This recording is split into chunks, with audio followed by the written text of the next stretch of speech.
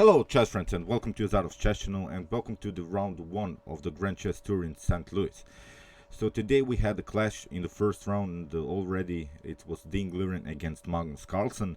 Magnus Carlsen is also participating in this very cool tournament. We have many rapid rounds, which is a good time format. I like this time format because their games are more dynamic. We have more mistakes by both of the sides. And then we have also many blitz rounds, so it will be, I think, a very interesting game. So Ding Liren versus Magnus Carlsen. In one of my analysis of one particular game of Ding Liren, I said that maybe Ding Liren will be the next World Championship challenger. And I used to play many games on a chess website against Ding Liren. It was really a cool experience for me because he had really some aggressive ways to play chess. And today we had this Queen's Gambit declined. This Queen's Gambit declined is now the most often played opening line, I think, against d4.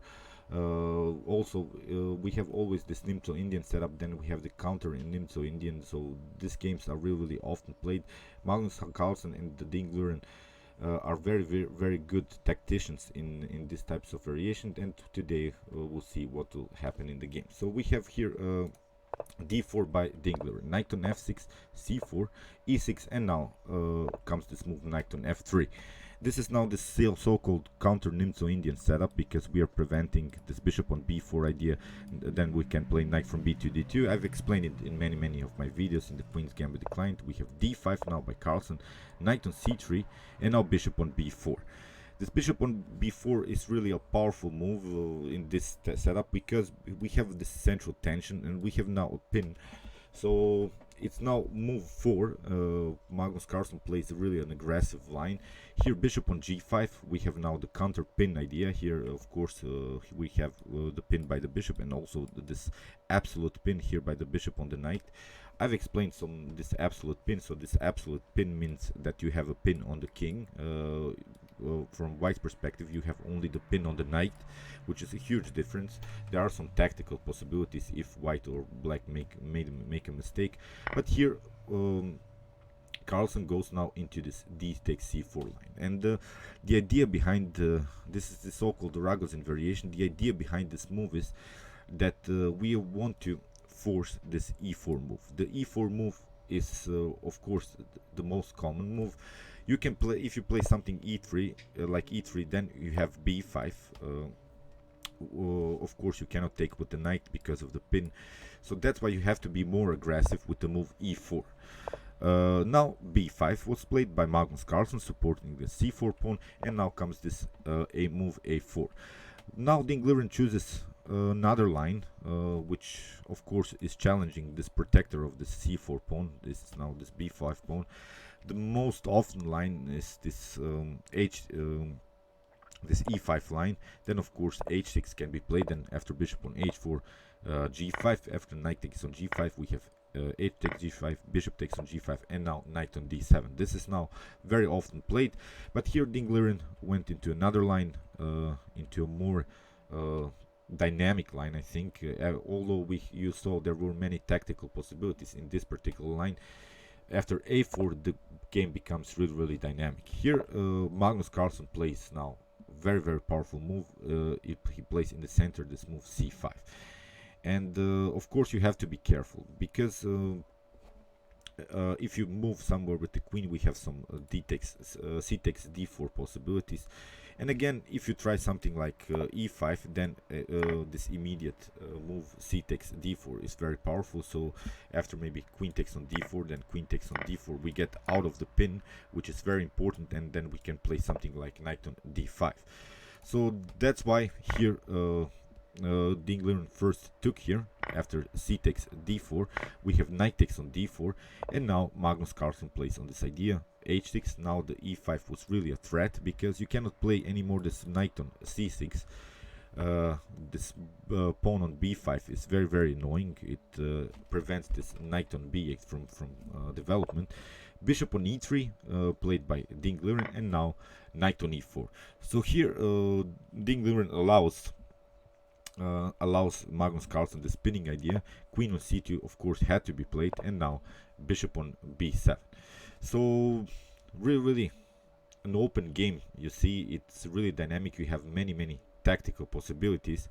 And after bishop on c3, Magnus Carlsen of course played the move queen on c7.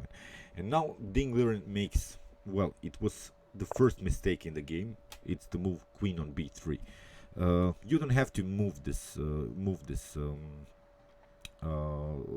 queen and defend this pawn, bishop on c4. You can play castling.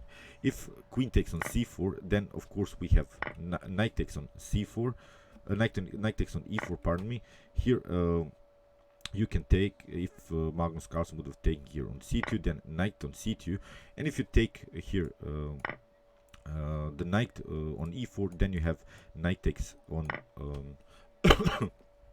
knight takes on b4, and this is now a better position for white, because we have now the target. It's the weak pawn here on a7. If you try something like knight on c3 here in this position, so instead of this queen on c4, if you try knight on c3, then we have b takes c3, and if you try to take now, then again the same idea, b takes c3. Again, if you take the queen, the same, a similar position, knight takes on c2, and again we have the target, this very weak pawn. Queen on b3 was played, and this moment uses now Magnus Carlsen immediately, and he undermines this pressure here in the center.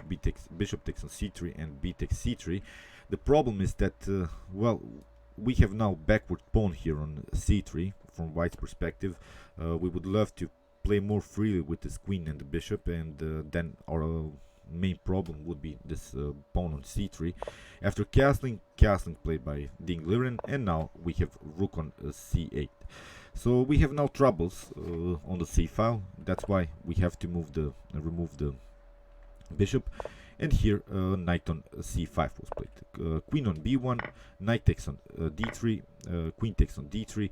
And if you take again this pawn on c3 after trades of pieces, again this would be our main target. So that's Magnus Carlsen's main problem, this a7 pawn. Again, maybe something like moving the knight somewhere, maybe to f3 or e2, and then liberate this diagonal for the bishop with the support of the rook. And you see, the best way would have been maybe just even to play here the move rook on c1, challenging this rook and get a very nice c file. Then we can infiltrate with one of our rooks here on c7. So this wouldn't be a good position for Magnus Carlsen, so that's why he didn't go and didn't trade off the queens on c3. So that's why here he played the knight on d7. We have queen on e2, knight on b6, and now queen on g4. A very powerful move with the annoying threat here, bishop on h6. So that's why king on h7 was had to be played. Bishop on f4. Of course, you cannot play e5 immediately, because you get then queen on f5. After g6, we can simply grab a pawn. That's why queen on c5 was played. Pardon me, I was moving a little bit too fast here. Queen on c5, and this wasn't maybe the best way to continue here. Maybe queen on e7 would have been better, not getting the queen so exposed here. That's why rook on e1. We want to bring, of course, now another attacking piece here in the game. We have to play with all of our pieces actively. Knight on c4 was played, and now rook from a to d1. So now Ding Liren has a compact position with his pieces. You see, we have now the rooks on very active files. We have the knight on d4. The bishop also is perfectly fine, and the queen is a little bit dancing around black's king, so it's an annoying queen. So rook on d8 was played, and now rook on d3. And now Magnus Carlsen, I think he makes really this decisive mistake. He plays the move queen on e7, and this is now a mistake, because the best move here is maybe to play queen on f8. Getting the queen into the defense, it's not a problem. It's not an inactive queen, because your opponent has, of course, some attacking chances around the king, so you have to bring defenders around the king. This is not a problem, but here after queen on e7 we have now the problem that Ding Liren can play this knight on c6 idea, which of course is creating an attack. If the queen would have been on f8, then you don't have, of course, this knight on c6 idea because you're not attacking the queen. And this gives now Ding Liren really a decisive tempo, because after bishop on c6 we have rook takes on d8, after rook takes, and now b takes c6, very important move, and now knight on b6. You see now this is now pass pawn, which can always be supported with this by this dark bishop. We have a powerful e file by the rook, so that's why here Magnus Carlsen cannot close this diagonal with this pawn maybe. So this is now, well, winning position for white. If white plays this game accurate, then it's of course a winning endgame. So bishop on e5, queen on g5, and here Ding Liren plays a tricky move. He plays the move c7. If you take the queen, then of course we take the rook, and we have now promoted, and also we have taken the rook. So this is completely winning for white. So that's why here rook on d5 had to be played, and now of course queen on e4. Now we want to keep the tension in the game. We're not trading off more pieces. Queen on g6 was played by Carlsen, and now queen on b4. Queen on d3, and it seems that you can take here this knight on b6. Tricky stuff prepared here by Magnus Carlsen. And if you take a takes b6, maybe you can promote here to queen, but the problem is then you get this move queen on e2, and of course you cannot take the queen, you see, because you get checkmated. If you try something like rook on c1, then of course rook on d1 is leading to checkmate. And if you try something like rook on f1 with the same idea, you cannot protect it anymore, you cannot give some checks, so it would be again a losing position here for Ding Liren. So that's why very cool move by Ding Liren, a calm move, h3, didn't fall for this trick. He didn't allow here Magnus Carlsen to do some tactics. He played really a calm game, improving just the position of the king, of the bishop, of the rook, and simply going for this pass pawn. Queen on b5 was played, queen on e4 again, f5. Here Magnus Carlsen wants to close the like squares. We have queen on f4, queen on d7, and now bishop on d4. You see how Ding Liren plays very calm. He just improves the position of the pieces. But I want you also to point out that Magnus Carlsen was low on time. He was under 1 minute all the time while moving this moves, and that's why he maybe didn't play the most accurate moves. Here knight on c8 was played, queen on g3, again improving of the position, rook on d6, and now h4. Very important move. Of course we want to bring the pawn on h5, and then we will have a support and can maybe create some dangerous checks on g6. Rook on c6 was played, h5, queen on f7, and now bishop on e5, knight on b6. We want to improve also the position of the knight, maybe to play knight on d5 and try to grab this pawn, which is our main problem in the continuation. Rook on a1 was played, and now knight on c4. Rook takes on a7, and this is now completely losing here for Magnus Carlsen. You cannot do basically too much here. Knight takes on e4 was played. Some, well, you really there is nothing good that you can make here after queen takes on e5.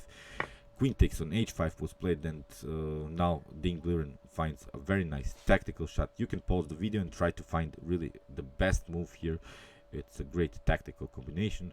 It's really the best move here is queen takes on g7, forcing your opponent to take the queen. After king takes on g7, we have now c8 to promotion here, and now king on f6 was played, and now king on d8. If you try something like king on e5, then you get immediate checkmate here on d4. If you try something like king on g6, then you get checkmated again here by this queen and the rook, so you have to move the king again on f6, and then it's checkmate here on g7. So here in the after queen on d8, Magnus Carlsen resigned. So great game, I think. Great opening preparation here by Ding Liren with this, well, very, very forced line here. I think the most important decision in this position was the move a4 to go into a more aggressive line, really challenging Magnus Carlsen here from a tactical point of view. That's why I like Ding Liren. I like his games because he's not really scared of anyone. He plays his own chess, although sometimes it doesn't bring him too much, but I think he's really one of the most attractive chess players these days that you can watch.